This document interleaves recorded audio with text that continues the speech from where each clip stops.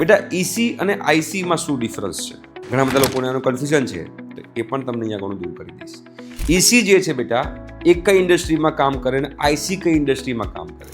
EC જે છે બેટા એ કન્ઝ્યુમર ઇલેક્ટ્રોનિક્સમાં કામ કરે અને ટેલિકોમ ઇન્ડસ્ટ્રીમાં કામ થાય. જ્યારે આઈસી જે છે એ મેઇનલી કોર ઇન્ડસ્ટ્રીઝ છે, ઓઇલ એન્ડ ગેસ ઇન્ડસ્ટ્રીઝ છે. એમાં ઓટોમેશનની અંદર જે છે એ આઈસીનો યુઝ થતો હોય છે. ઓટોમેશન મતલબ કે બધું ઓટોમેટિક કરવાનું, રાઈટ. બીજી વસ્તુ કે એમાં ઓટોમેશન, ઈસી જે છે જનરલી ઓટોમેશન પર ફોકસ નથી કરતું, આઈસી ઓટોમેશન પર ફોકસ કરે છે.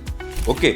બીજું કે બેટા કી ટૂલ છે આઈસીના અને ઈસીના. તો ઈસીમાં બેટા હોવ તો પીસીબી છે, ડીએસપી છે, એના કી ટૂલ છે. આઈસીમાં બેટા પીએલસી છે, સ્કાડા છે, એચએમઆઈ જે છે એ આઈસીના કી ટૂલ છે, રાઈટ. તો ઈસી અને આઈસીમાં કેટલા સબ્જેક્ટ કોમન છે? 5 થી 6 સબ્જેક્ટ એવા છે જે ઇલેક્ટ્રિકલ લગતા હોય. ફોર એક્ઝામ્પલ સેમિકન્ડક્ટર છે, સર્કિટ છે. એવા 5 થી 6 સબ્જેક્ટ એવા છે કે જે ઈસી અને આઈસીમાં કોમન આવે છે. અમુક સબ્જેક્ટ એવા પણ છે જે આઈસીમાં આવશે, ઈસીમાં નહીં આવે.